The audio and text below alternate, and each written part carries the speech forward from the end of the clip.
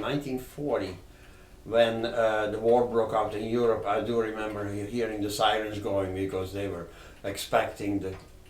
Actually, the Dutch knew that it was going to happen, that the Japanese would invade.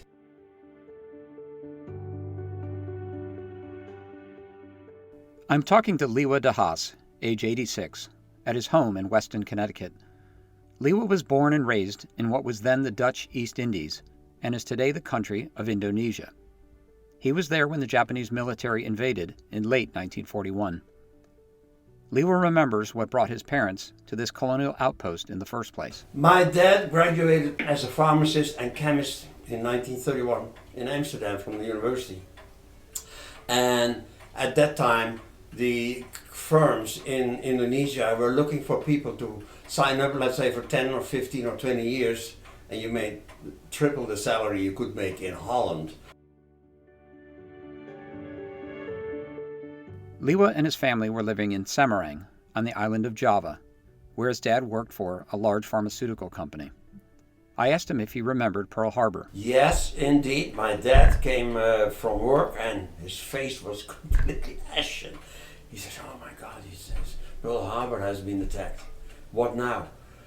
And he says, "Oh my God, I hope we can hold out on Java, because that's where the majority of the armed forces were." But you know what? They were equipped so poorly.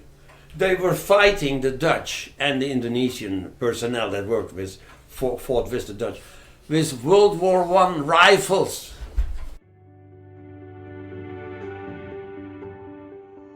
After Pearl Harbor, the Japanese quickly overran British and Dutch colonies throughout Southeast Asia, and the oil fields of the Dutch East Indies were one of their primary targets. With the Japanese army expected to invade at any moment, Lieuwe's family decided to head for the hills. And then we moved to Jakarta, Batavia. We spent there about a year and a half until the Japanese landed in Sumatra, the island that lies here next to Malaysia. And then my dad died. Well, if we go to Bandung, which is in the mountains, it looks like a European town. It used to be called the Paris of the Far East. Beautiful mansions and everything, the boulevards and everything. And we moved up there, but then of course, unfortunately, they invaded Java.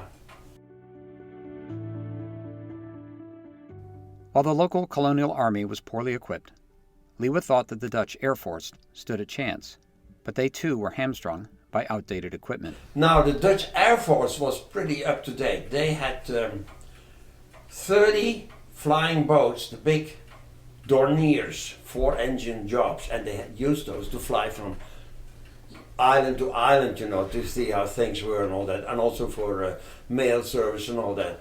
And we had the so-called Brewster fighter planes.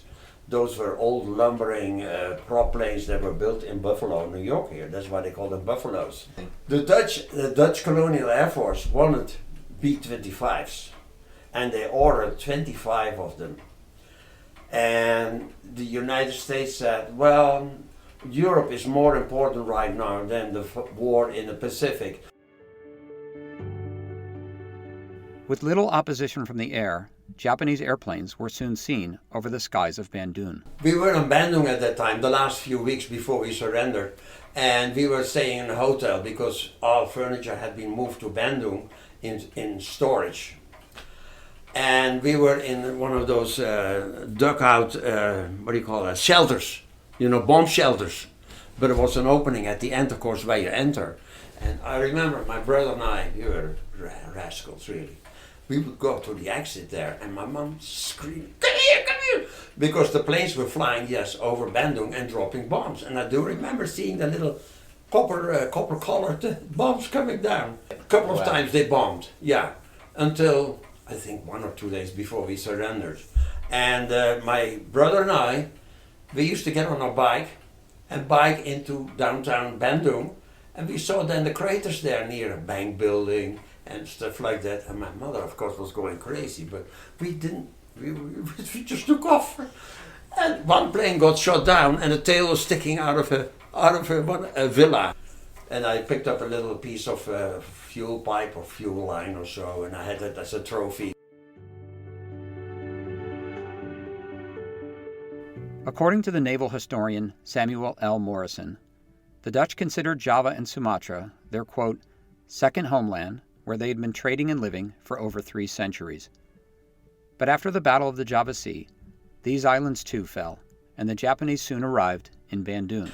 And so we were in a hotel, and then my dad decided to more or less look shelter somewhere and hide away, because the rumor went around, the men have to be picked up, all the civilians too, except the ones that were civil servants. The Japanese needed those for the time being to run the electrics and the water supply and whatever. So my dad left a revolver, shooting on top of a cabinet, like we have sitting here, one of those European tall cabinets. One day, the door bangs open, and here's this Japanese, after we surrendered, this Japanese officer comes in, there's 2 other Japanese, and they start searching the whole house. My mother almost died, because if they would have found the gun there. Lieuwe's father was eventually picked up by the Japanese military, and he became one of 80,000 Allied civilians and POWs who lived in appalling POW camps or were sent to work on treacherous construction projects like the Burma Railway, the Death Railway as it came to be called, as it also took the lives of thousands of forced laborers throughout Southeast Asia. So my dad got picked up eventually, and we were able to visit him one time on a military base outside Bandung. And I remember sitting in the train with my mom and my brother going to that place, Cimahi was called. And we passed by the airport, airfields there, and there were piles of little miniature private planes that were all bulldozed together so the Japanese wouldn't get them. All destroyed. And I said to my brother, oh my God, look at this, all those beautiful planes, they're all shot. They were all destroyed. So we came to the camp, and we were able to give him a little parcel, but then we were chased away by the Japanese, because he was standing behind the barbed wire, just like you see in this movie here. And that's the last time we saw him. Lieuwe would not see his father for 3.5 years. Meanwhile, he, his older brother, and his mother were put into a Japanese detention camp in Bandung. So in the meantime, we went into our first camp in Bandung. We stayed there for about 1.5 years. I developed, I wouldn't eat anymore. So they put me in a hospital there. And then I got malaria on top of that. And my mother was able to smuggle some quinine tablets from the local Indonesians through the fence, bamboo fence. That saved my life, really, Lieuwe had started school in Semarang, but now his education, along with anything else resembling a normal childhood, would have to be put on hold. And she was the head of the house, and those women were all, of course, going nuts there, because we had a South American woman there with her daughter, and we had an English woman there, and a couple of houses down the street were 3 American girls, UFO, that had been caught. It was too late for them to evade to Australia. And they were doing some shows, tap dancing, and they were playing the boogie woogie, the in the mood and all that. That was allowed the first few weeks in the camp. And then the Japanese, of course, took the piano and took it away. No radio, no record player, nothing. We were not allowed anything. Books were taken away, everything. And we had to speak Indonesian. They did not accept anything in Dutch.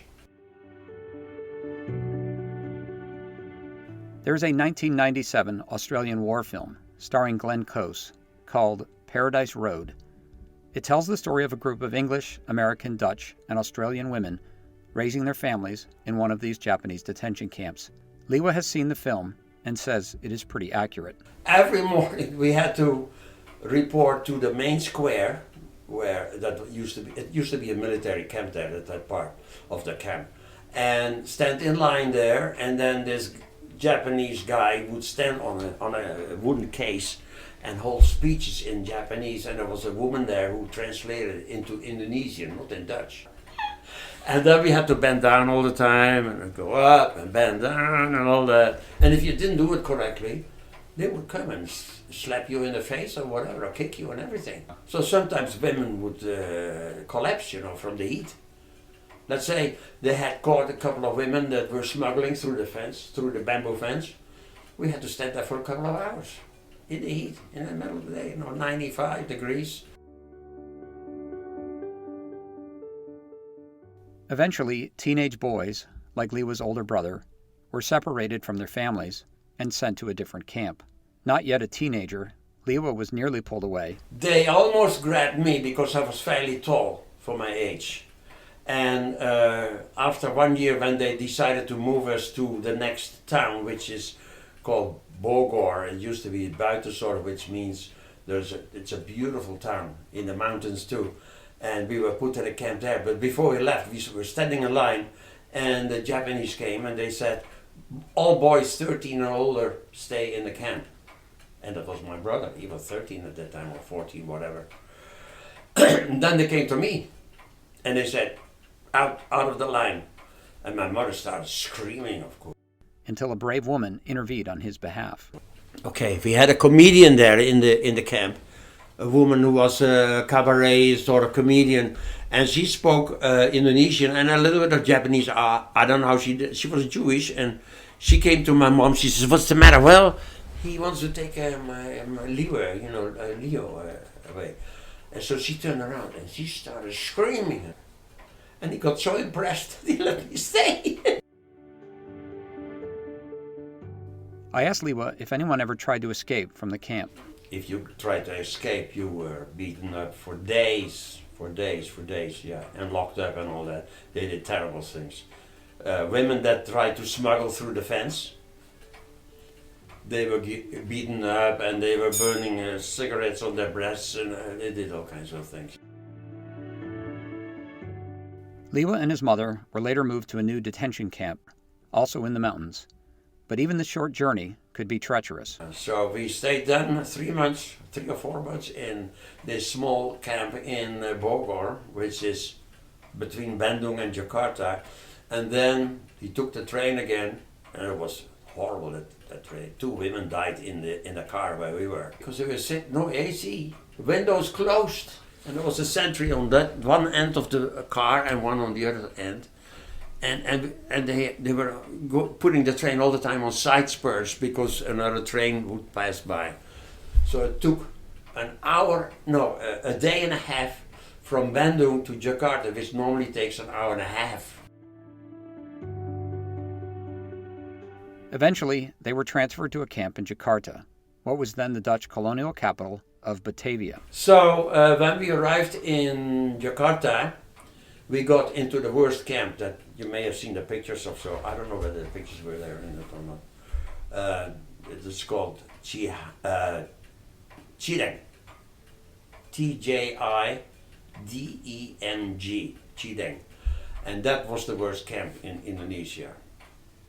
The camp commander there had a sort of, how do you call that? He was going crazy when it was full moon. He got sick, moonsick. Besides that, at the entrance of the camp, where the sentries were, you would have seen those pictures, I'm sure, and they're there. He had 2 big monkeys, the one that you see in the mountains in Indonesia and in Gibraltar. I don't know whether you were there, but the British keeps them up there on the rock. Did you know that? They do that for good luck. They say, as long as the monkeys are here, we still own Gibraltar. Anyway, and he let those monkeys loose, and they were, of course, antagonizing us, and stealing food for us. While in the camp in Jakarta, Lieuwe was put to work. I started knitting socks for the Japanese army. They said, if you knit socks, they said to the women, you get a block of unrefined sugar, about, I would say, 2 inches by 2 inches by 2 inches a cube, full of straw and all that, junk. By the spring of 1945, as the Japanese military was losing ground on all fronts, life in the detention camps worsened considerably. We were going day to day, and the last 6 months was really the worst. Yeah. That's when the food was hardly any food. As a matter of fact, they caught 3 women smuggling, and for 3 days we didn't have any food. 3 days the lettuce, just that's it. You know, they kept all the food out the camp, all the rotten meat and intestines and all the junk that they gave us. You know, so. But somehow we survived. Some 30,000 European civilians would ultimately perish in the Japanese detention camps throughout Asia. Lieuwe and his family were some of the lucky ones. And shortly after they were liberated by British troops, they learned that their father had survived the war as well. He got 1 year he was in Java, slave labor. Then on 3 transports they left Jakarta, Batavia to Saigon. 2 got torpedoed by the Australian or American Navy. Yeah, because they knew that was all railroad equipment that they were using for there, you know. They knew that the middle ship contained all the POWs, so they spared that. And my dad was on that, so he arrived in Saigon, and after the war he hitchhiked with a bomber B-24, I guess, to Bangkok. Transportation was not easy in post-war Asia, but one day Lieuwe and his family were able to find passage to Bangkok. So one day a British officer came through the streets, and he said, listen, there is a truck. Anybody who wants to go to Bangkok, get a suitcase and get on board this truck and we'll take you to the harbor. And that's how he got on that ship. It was a Liberty ship that was built here in New York, I guess. And no AC, of course, and we were sitting in the hall down there, 120 degrees. It was terrible. No beds. We were all in those hanging things. What do you call it? Hammocks, yeah. While the crossing to Bangkok was stifling and difficult, the last leg of the trip was nearly catastrophic. When we arrived in the Bay of Bangkok, or whatever you call it there, we were transferred onto one of those landing craft. You know, there was the flat bottom. And it was run by Americans at that time. Yeah, it was an American Navy. And they took us upriver to the Bangkok, because Bangkok is about 10 miles inland. And we going up the river, and there are wrecks everywhere, left and right, bombed out ships, you know, half sunk and all that stuff. And suddenly we hear a loud bouncing underneath the boat. Boom, boom, boom. And then right behind the landing craft, thank God, a huge explosion. It was a mine. And it was a time delay mine. And you know, the river there is about 2 miles wide, full of crocodiles, so you don't want to get in the water there, you know. So the crew, I remember the machine, they came out of the machine room. Why the shit? She said, bloody hell, I have a mine here in the river. We were so lucky. Finally, they arrived in Bangkok and saw the husband and father that they had not seen in 3.5 years. He was in Bangkok as a pharmacist in a military camp there for the British. And one day he found out that there was a ship coming from Jakarta, and my mom was on there, my brother and I. And we arrived in Bangkok, and he picked us up from the harbor there. And I remember going to the stadium there, and it was full with cars, old cars, all from the 30s and 20s even. And they were all Japanese working on these cars, trying to fix them up so that the British military could use them as transport, you know. So my dad, he just walked in. He had a captain. He was captain at that time, status, you know, his rank. He walked in and he said to the sentry, "Which cars are ready?" Oh, he says, "There's one there. There's a German car there, and from 1938." Oh, I said, "My dad said, okay, let me have a look at it." He walked to it, turned the key, and he drove right out without checking out with the military.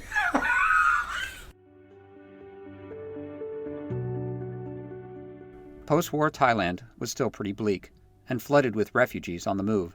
Lieuwe's dad had to intervene to prevent the family from being separated once again. We arrived in Bangkok, and my dad smuggled us into this military camp because the rumor went around that the Red Cross wanted to transport us inland about 100 miles north of Bangkok in the jungle in an old POW camp for the time being.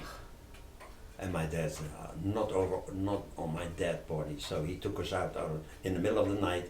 He rented a bus, an old bus, with Thai people in it, and took us to the camp. It would have been the end of us, really. After the war, Lieuwe's parents had no plans to ever return to the Dutch East Indies.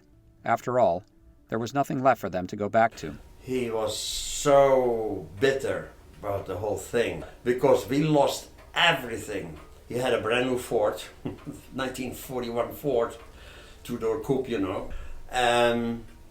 Bank account, furniture. We had a refrigerator. We had a very modern house, you know, with all the amenities, a screen in the window, so you couldn't get everything. Everything was stolen. Eventually, the family booked passage to return home to Holland, leaving with little more than the clothing on their backs. We didn't have. We stopped. Not in Suez, but on the other side of the canal. I forgot the name of that. There's a British camp there. And they took us with a little train inland, about 50 miles. And they had tables there with clothing. And it was all used clothing that came from England and from the United States, mainly, I think. And we were able to choose a pair of shoes, pants and garment, you know, all used garment. We had nothing, absolutely nothing, you know. So. Like many World War II survivors, Lieuwe's dad spoke little of his experience as a POW. But over the years, stories would spill out, some that left lasting and painful impressions. My dad got beheaded almost himself because he was the last person who knew about medical things, because the doctor, the Australian doctor that was there, died. And so he started doing operations, and he grew herbs. He learned that from the Chinese before World War II, and what was healing and all that, and he used that. He made alcohol and everything out of rice and whatever. And eventually the Japanese came to him, and they said, if you don't help us out, because they were getting sick too, and no more supplies the last 6 months. They didn't, no more drops, you know, from Japanese Air Force. They were dying themselves. So then one day, an Australian plane came over, a DC-3, and dropped off parachutes outside the camp. So my dad went to the commander, and he said, I want those medicine. Well, no, it stays out the camp. You can take a few things. So my dad, somebody sewed all kinds of pockets in his pants and everything. He went out to camp and he stuffed himself completely with all kinds of medicine, penicillin and all that, you know, it was already available then. And he came to the sentry, and the sentry searched him, and he called the camp commander. And the camp commander said, well, you take too much medicine, you're going to lose your life. My dad said, why? Well, you didn't listen to us, so. But they couldn't do it, of course, because they needed him for themselves, you know. So they let him dig a grave. He had to kneel down, blindfolded. And then what they do is they chop off your head, boom, and they throw the body, they push the body into this grave. Well, they took a wet rag, and he didn't see that because he was blindfolded, and they slapped it on his neck. Can you imagine when you expect to be beheaded and you get this wet rag around your neck, which feels almost like a sword? He survived, but mentally he was never recovered completely. One day we were in Amsterdam in '71, and he wanted to buy some souvenirs for my daughters, for my kids. And we went into the souvenir shop, and lo and behold, 5 Japanese walk in, the same age as my dad. So obviously they were from World War II. And my dad turned around, he said in English to them, well, I had a very nice time with you guys in the Pacific. I said, Dad, please, let's go. So I took him by the hand and I said, listen, Dad, let's go out of here. And we got out of the store. I said, I didn't want any scene there, you know, whatever.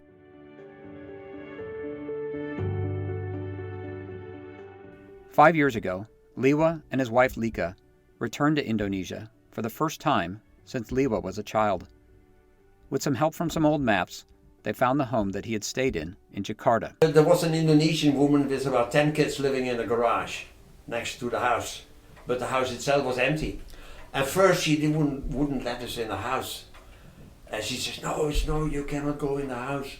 I said to her, please, I was here as a kid, I would like to go inside. So we climbed, the doors were locked, so I climbed through a window into the house. And I sat in the same room where the monkey took my banana.